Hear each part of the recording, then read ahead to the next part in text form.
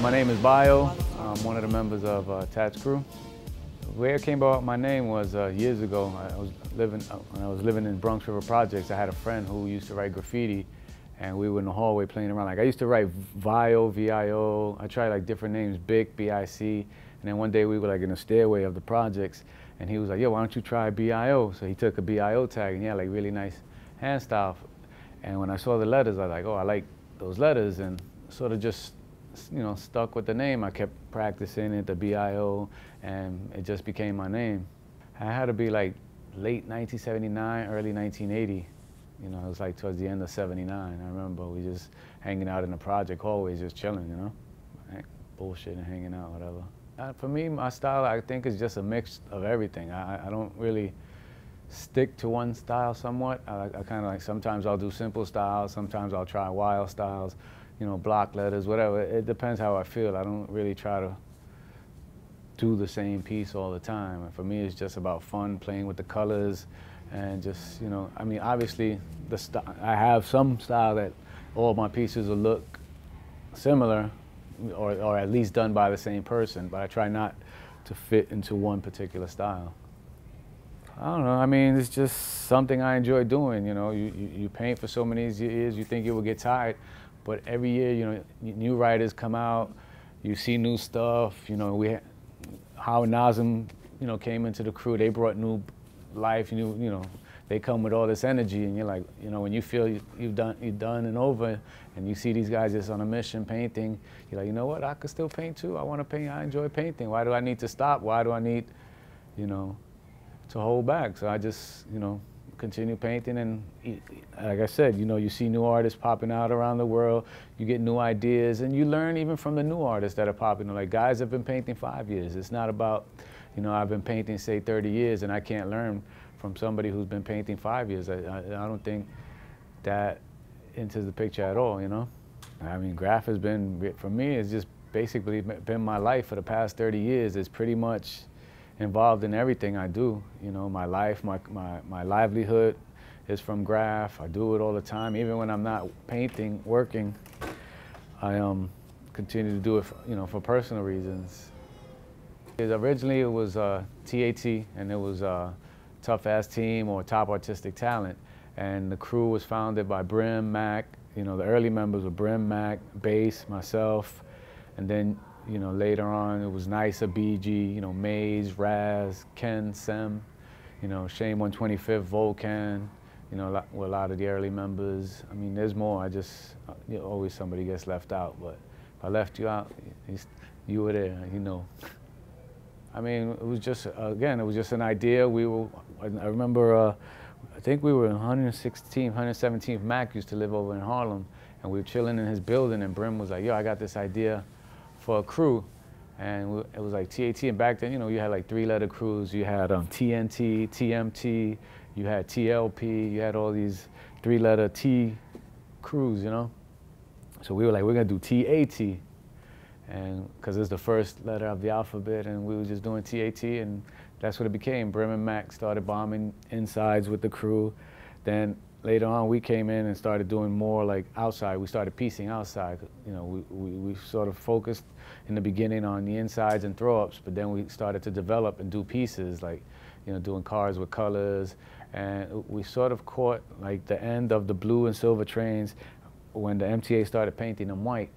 And once they started painting them white, a lot of the older writers, they didn't really want to mess with the white trains anymore. They sort of like, oh, yeah, whatever, They started fading out, and that's when we just sort of just jumped into the mix and started, going after all the white trains. And we were like, for us, it was just open canvas, We had all the space in the world. I mean, how do you stay tight-knit, and how do you stay together after so many years? I mean, of course, like any family, any situation, you're gonna have problems, you're gonna have arguments. But I think the key is to be able to work through it and talk as friends. I mean, we really are friends. Like, the entire crew is family and friends. Yeah, we argue, we fight, but we're able to work through our differences when we need to see the bigger picture, I mean, we may get on each other's nerve, talk shit about each other, what have you, but at the end of the day, we all we got for each other, We're not only bound by painting. Like a lot of crews or whatever, a lot of writers stick together only for writing reasons. Yeah, we paint together, but we also do everything else together. Like we go to family functions, we do whatever, we hang out in each other's cribs. Like we really do all that stuff, and people was like, you know, I don't know, we've just been together so long. These are, you know, apart from being your friends, co-workers, and fellow artists, they're just, you know, people that have been in your life for more than 20 years or so. It depends. We paint so often that, you know, on any given production, anybody takes the lead. It all depends on who has the most energy that day, whose idea was it, who wants to take the lead that day, you know, who feels they're up for it that day. I mean, for us, it's not, you know, one person dictates how it goes down. It really is just a toss-up of ideas, and, you know, either we like the idea as a group or not. And even if sometimes we don't like the idea, we'll be like, you know what, whatever, I'm not crazy about the idea. But, you know, I'll do my part. We all do our part, you know, and that's the way it works. You know, it's something that, it's not like we do one mural and that's it. We paint all the time. So for us, it's like, all right, you can have this mural, you can have the idea for the next 4 murals. I really don't care. For us, it's something that we do every day, so it's not something that we dwell upon and say, oh, how great of accomplishment this is for us. For us, it's just another day of doing what we do. You know, we paint. You know, at the end of the day, we paint. Pretty much, it's open. We've been doing this such a long time. A lot of people always giving us directions on we should be doing this, we should be doing that. I mean, I'm pretty sure at some point we'll touch on all markets, wherever we feel we need to be. I mean, we've always been wherever we need to be at the moment. You know, we have years and years. We have 30 years worth of photos, so definitely books and stuff like that, documentation. Not so much for our own glorification, just for documentation purposes, to create a 30-year book of all the members who have been involved in Tats Cru, all the stuff that we've done that a lot of people don't even know that we've been a part of. You know, there's a lot of stuff that we've done that people don't know we've done. And we have documentation, you know, even from the early days, from the very beginning to you know, the times from the point when Howie Nazem came into the picture, all the stuff they bring from Germany, you know, Totem, like all these guys alone have a whole following in their own stuff, but together as a whole unit, it just makes it a bigger history and a bigger impact on the whole craft culture in itself, you know? How does that happen? I mean, that's just something that naturally happens. It's not a process. Like, we don't have any rituals or anything. It was just, again, we're a group that's just brought together by friendship. We met them, they were great artists, but apart from them being great artists, we just clicked as friends on a personal level. So it wasn't about, oh, I'm gonna hang with this person because this person paints well. I met a bunch of people that are great artists, but they assholes at the same time, and I don't wanna hang out with you just because you paint good.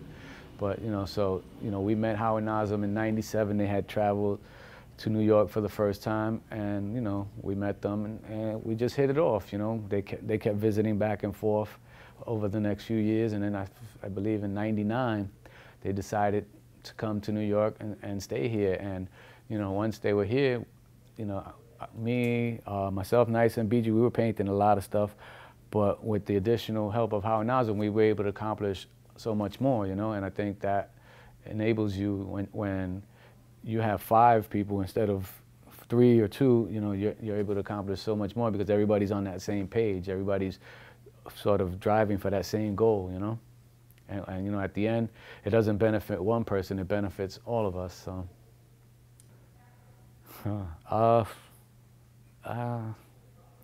I mean, so many walls. I don't think there's any really one that stands out like that. I mean, for me, like, the last wall we do is usually my favorite, you know. When I always get asked that question, it's like, what's your favorite wall? I'll be like, the one we did yesterday, you know? So it doesn't, like, there's no one wall that I could say I love that much.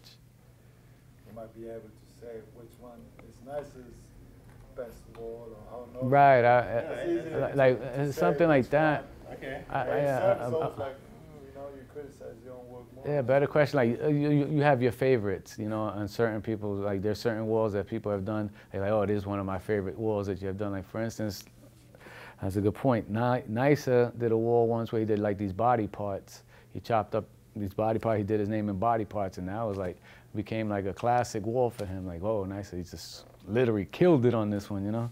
You know, walls like that. And then, you know, within the crew, You know, you have your times when there's been certain guys in the crew have done a wall, and you're like, wow, that's like. Recently, I think this year, last year, Han Nazem had did a few walls, like a Space Invader theme wall and the Pac-Man. You know, it was like arcade game walls, and that was simple, just simple. It wasn't about style. It was more about the concept and the idea. And I thought, you know, those walls like that for me, you know, stand out, and they become what I consider classic walls.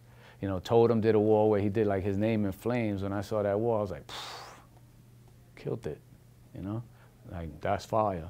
So. You know, for me, I don't, my own walls I wouldn't be able to tell you.